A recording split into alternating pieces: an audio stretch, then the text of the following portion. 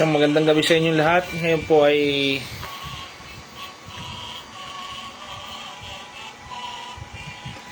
paggugulitan natin sa banal na linggong ito, sa linggong ito, ang Holy Wednesday, o tinatawag natin, sa iba tinatawag itong Spy Wednesday o Miyerkules Santo. Ating gunatain ang nangyari ng panahon ng Panginoong Hesus ay ipinagkanulo.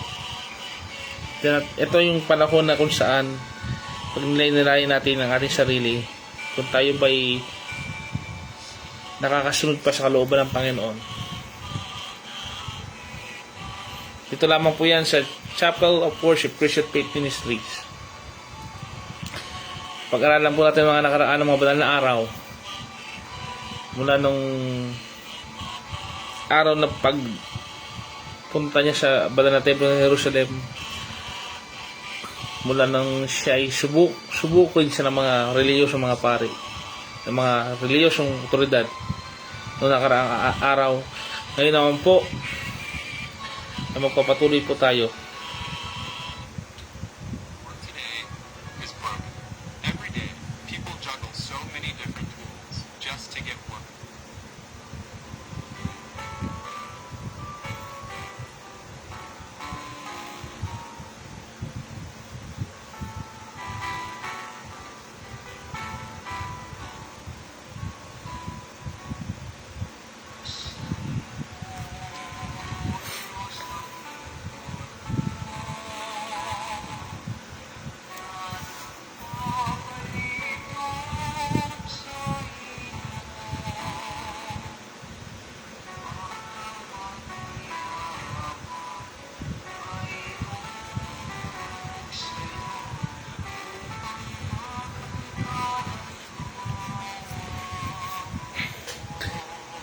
Bilang pagpanimula po, ang sermon ito ay patungkol sa pagtataksil, patungkol sa pananalig, at patungkol sa pag-ibig. Ito ay nakatuon sa dalawang magkaibang tugon kay Jesus sa Betanaya. Ang pagtataksil ni Judas, kanyang alagad, at ang wagas na pagsamba ni Maria. Makikita rin natin. Makikita natin sa Mateo 26. Teksto po natin makikita sa Mateo 26:6 hanggang 16. Ang pagpili sa pagitan ng makamundong pakinabang at makadiyos sa pag-aalay. At tahimik na pagpapasya na si Judas bilang isang alagad ng Panginoon ay naging tiktik o spy sa kalaban ng Panginoong Jesucristo. Sa araw na ito, nanatiling malayo sa publiko si Jesus sa Betanaya. Ngunit sa likod ng katahimikan, nagpasa si Judas na ipinagkanulo ang Panginoon sa halagang 30 pirasong pilak. Ipinapaalala nito sa atin, ang kasalanan ay madalas na nagsisimula sa mga lihim na pagpapasya ng ating mga puso. Ito po ang katotohanan ng buhay. Kailangan po natin suriin ang ating mga puso kung tayo po ay nalilihis na ng landas, kung tayo ay naliligaw na po ng landas. Tunay nga po na mandaraya ang puso ng tao. Maging alagad ng mismo ng Panginoon na daya pa. Kaya sa ating makabang panahon, isipin po natin na hindi na maulit itong pagkakamali ito na pagtatraidor o pagtataksil sa ating Panginoong Hesus. Ang wagas na pag-ibig o pag-aalay ni Maria habang nagpaplano ng pagtataksil itong si Judas. Ibinuhos naman ni Maria ang mamahaling pabango sa ulo ni Jesus. Naunawa ni Maria ang hindi naiintindihan ni Judas. Habang si Maria sinasamba ang Panginoon sa pamamagitan ng pagbubuhos ng pabango, habang ang kanyang buhok ang ginamit na pamunas sa kanyang bilang tanda ng pagpapakumbaba. Bilang si Jesus ay Diyos na katawang tao, bilang karapat-dapat na sambahin. Ito pong Judas na ito ay hindi naunawaan ng mga bagay-bagay na ito. Subalit hindi po ito yung Mariang ina ni Jesus, ha. Ito po ang Mariang tagasunod ni Jesus. Isa sa mga naging tagasunod ni Jesus. Na ipinagbili ang mamahaling na salit na ipagbili ang mamahaling gamot sa mga bagay na kagaya ng ginagawa na iniisip ni Judas na gawin, ay ang ginawa niya marapat na paraan. Ibinigay niya lahat sa kanya, hinugasan niya ang paanan ng Panginoong Hesus.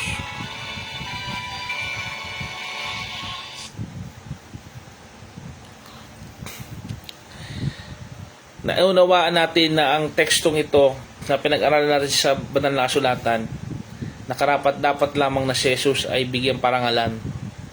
Ang hamon ay ang banal na pamumuhay. Ang tunay na mensahe ng krus ay hindi lamang pagpapatawad, kundi pagbabago ng buhay.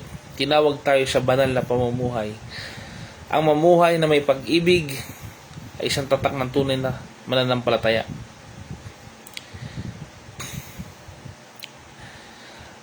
May lihim ba tayong pagtataksil sa Panginoon kapalit ng pansamantalang ginhawa o yaman? Hindi ba natin masamba ang Panginoon dahil sa ating personal na mga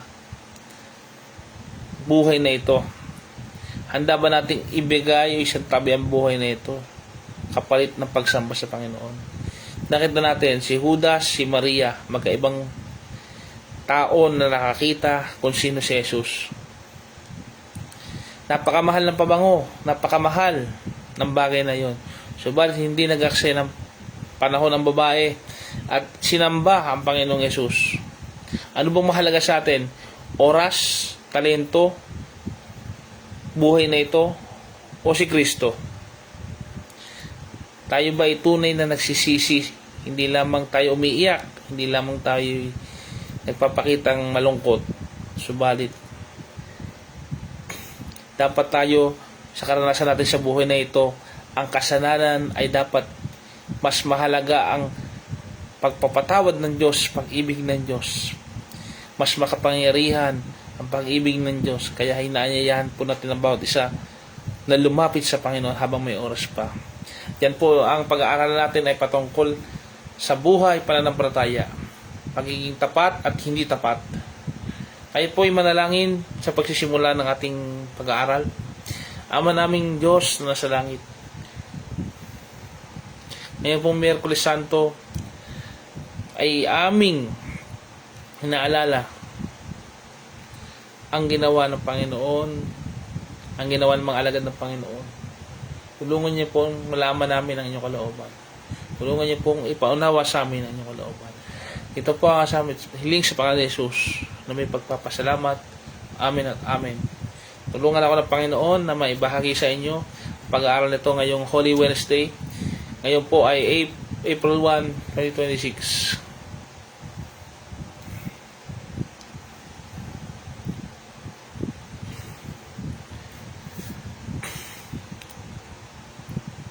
Ang halaga ng iyong katapatan. Yan po ang pamagat ng ating pag-aralan. Ang halaga ng iyong katapatan sa Panginoon. Basahin natin ang Mateo 26. Mateo 26.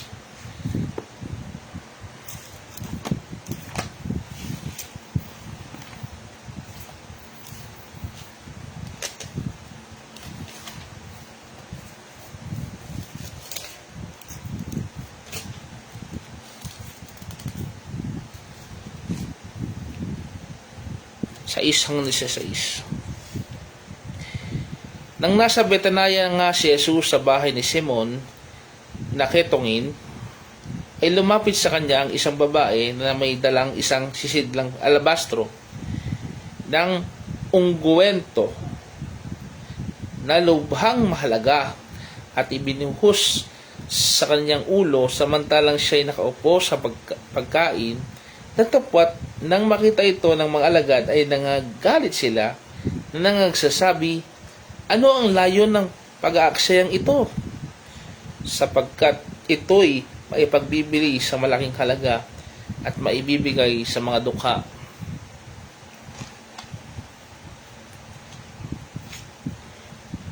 Katapwat nang mahalata ito ni Jesus ay sinabi sa kanila, bakit ninyo binabagabag ang babae? Sapagkat kumuha siya sa akin ng mabuting gawa. Sapagkat laging na nga sa inyo ang mga dukha. Datapwat ako'y hindi laging nasa inyo. Natin mapatunayan na laging ang mahirap kasama natin sa verse 11 ng Mateo 26. Verse 12. Sapagkat sa pagbubuhos niya nitong argumento sa aking katawan, ay ginawa niya ito upang ihanda ako sa paglilibing. Katotohanan ang sinasabi ko sa inyo, saan mang ipangaral ang ebanghelyong ito sa buong sanglibutan, ay sasaysayin din ang ginawa ng babaeng ito sa pag-alala sa kanya. Na magkagay isa sa mga 12 na tinatawag na Judas Iscariote ay naparoon sa mga pangulong saserdote at sinabi, anong ibig niyong ibigay sa akin at siya'y ibibigay ko sa inyo? Nagtungo nga si Judas sa mga upang humingi ng kapalit. At siya'y tinimbangan nila ng 30 putol na pila. At buhat ng panahong yaoy, humanap siya ng pagkakataon upang maibigay siya. Verse 16. Napansin po natin ang dalawang karakter. Isang babaeng ngalang Maria. Isang babaeng nagbigay ng parangal sa Panginoon. Sa pagbubuhos ng kanyang ulo at pinanlinis niya ng paa ng Panginoon. At isa namang na magkakanulo sa Panginoon. Walang iba kundi si Judas Iscariote. Ang kahulugan ng banal na araw na ito o Holy Wednesday, kilala rin bilang isang pagtataksil na ginawa ni Judas sa ating mahal na Panginoon. Ito ang araw kung kailan lihim na pinagkasundo ni Judas Iscariote sa mga saserdote, punong saserdote, ang Panginoon nating si Jesus. Makikita naman natin sa tekstong ito ang dalawang magkaibang klaseng ng pag-ibig o pagmamahal. Ang pag-ibig sa sarili, nakita natin dito yung makasariling pag-ibig. Si Judas, mahal niya ang sarili niya. Mahal niya ang salapi. At ang pag-ibig naman ng isang babae na kagaya ng inirepresenta ni Maria, na kung saan minahal niya ang Panginoon na hindi niya ilantana ang kanyang sarili o selfless love. Isang makasariling pag-ibig at isang hindi makasariling pag-ibig na nagbinigay niya ang lahat sa Panginoon. Ang pag-aalay ay hindi pagwawaldas, kagaya ng sinasabi ni Judas Iscariote. Sa mata ng mundo, pagwawaldas. Mababasa naman natin ang sinasabi ng versikulo 6-13. Ang aksyon ni Maria na binuhos niya ang napakamahaling pababango o nardo kay Jesus na sinabi ng Panginoong Jesus ay paghahanda sa kanyang kamatayan. Alam na ng Panginoong Jesus ang mangyayari sa kanya at sa darating na panahon nakalagay sa kasulatan na maalaala hanggang sa panahon ngayon ang ginawa niya sa Panginoon natin. Nabasa din natin na habang panahon kasama natin ang mga dukha, mahihirap. Di ba po talagang kasama natin ang mga mahihirap na yan? O kung mga hindi, kung tayo man ay may mangat, mas mahirap pa rin sa atin. At kung tayo naman ay sa mayayaman, mas mahirap naman tayo sa mayaman. Walang katapusan ng paghihirap sa mundong ito. Subalit, ang prioridad natin ay hindi ang ating sarili. Hindi ang ibang tao, kundi ang prioridad natin ay ang pagsilbihan ng Panginoong Yesus bago ang ibang mga bagay. Ang pag-aalay natin sa Panginoon ng ating buhay ang pinaka-importante sa lahat. Bagamat napakamamahal sa panigay natin mga kagamitan o sa sarili natin, huwag nating iaksaya ng panahon ito. Ibuhos natin ang buhay natin, panahon natin, lahat ng bagay sa Panginoon. Sapagkat ito ang naarapat, huwag nating gayahin si Judas. Pinagpalit ang Panginoon sa maliit na halagang iyan. Kundi walang katumbas ang karangalang maibibigay na paglilingkod kay Kristo. Ang kultura po noon at kultura ngayon, makikita naman natin, maaaring itumbas ito sa mahal na sahod mahal na gamit, maaring kayamanan o sweldo, maaring itumbas natin ito sa kapalit o reward. Subalit, wag nawa ang mangyari na maging dahilan niya sa paglayo natin sa pananampalataya. Isipin natin na walang katumbas ang reward pagdating sa Panginoong Hesus kung tayo magtatapat sa Kanya hanggang wakas. Ito ang reklamo ng mga alagad. Tinawag nila itong pag-aaksaya. Minsan ang mundong ito, pati ng ibang mga believer o Kristiyano na rin, ay hindi nila maintindihan ang lalim na pagsamba. Sinasabi nila, kapag itong oras na ito nabigay mo sa Panginoon, 2 oras, 1 oras, ay aksaya doon na sa panahon. Nag-aaksaya na ng panahon. Subalit, sa mata ng Diyos, sa mata ng tao, ang pag-aaral natin ng salita ng Diyos, ang pagsasama-sama ng mga Kristiyano, ang pag-aawitan ng mga himno, ang pag-aawitan ng mga pagsamba, hindi sayang.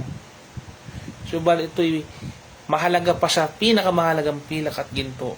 Ang pag-aaral ng salita ng Diyos, ang pagbulay-bulay, ang pananalangin, mahalaga pa to kaysa anumang bagay o kayamanan sa mundo. Ang makapiling ang Diyos na lumikha sa atin.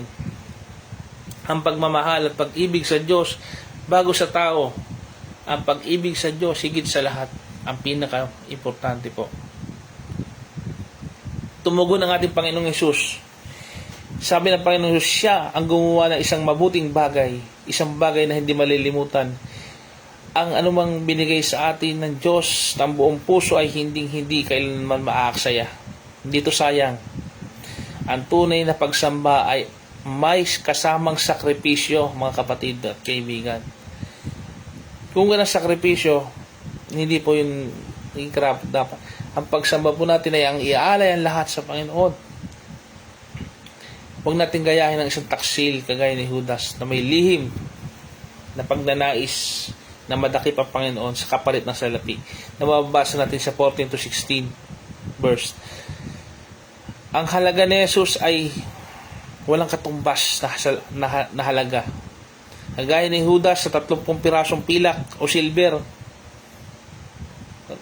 Sa panahon natin ngayon, mahal na rin po ang silver. Subalit, walang kapresyo ang Panginoon. Tayo'y kanyang nilikha lamang. Kung kilala ni Judas si Jesus Christ, palagay ko hindi niya gagawin ang mga bagay na yon. Kung kilala niya siya bilang Diyos, kung kilala niya bilang siya Panginoon. Versikulo ng basahin natin sa Lumang Tipan, Exodus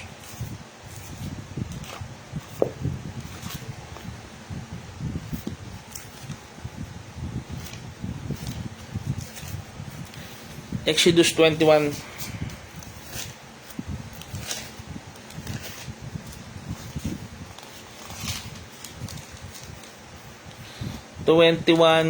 Verse 32.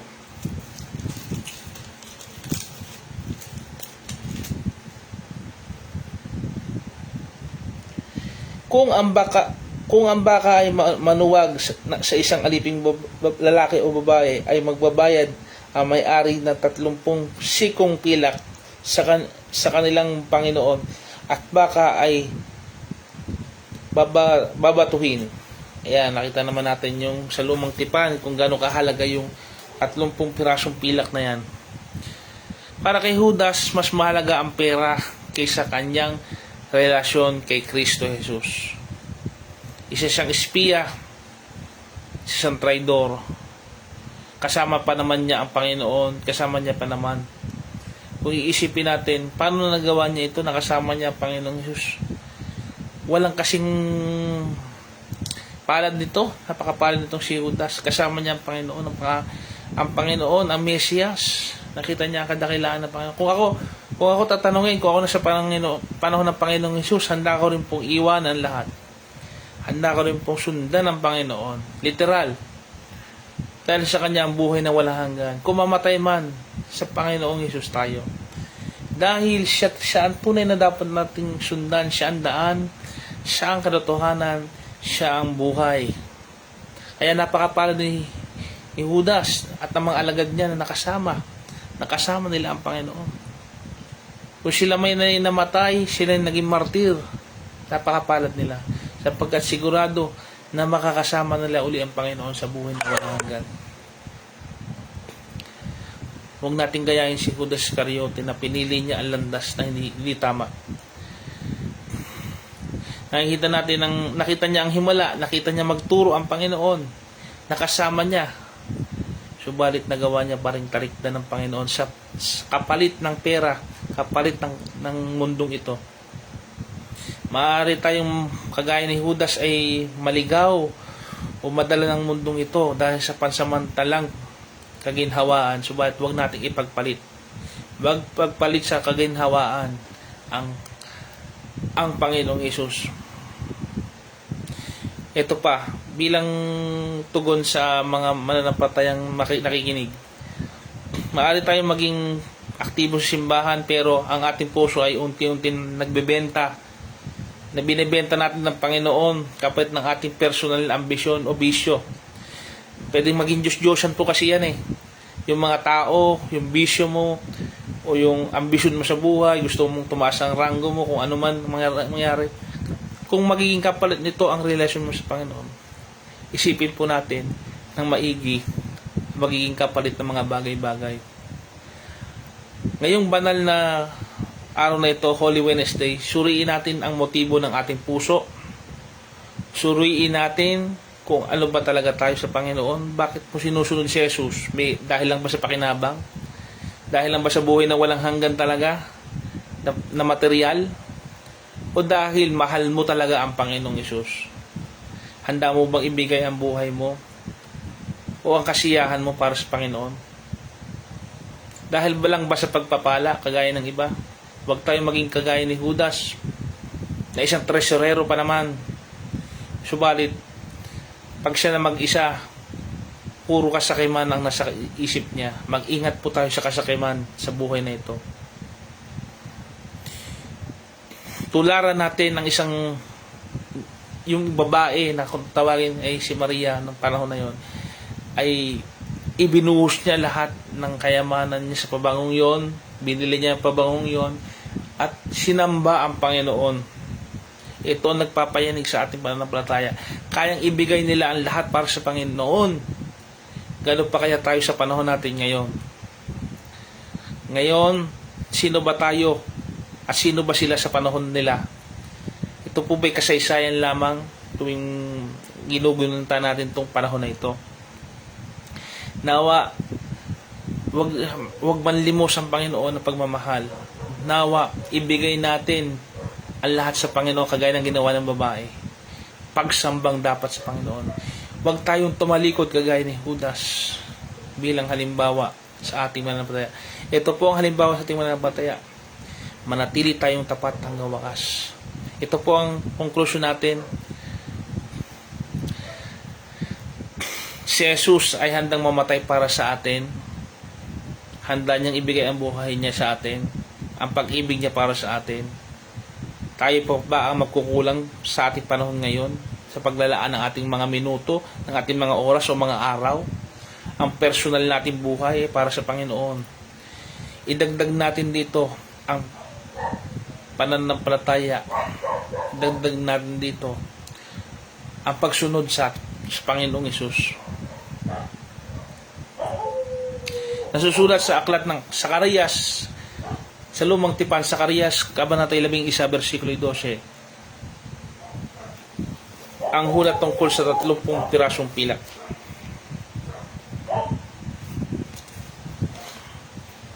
Labing isa, versikulo 12. Para po sa katunayan na natupad po ang propesiya.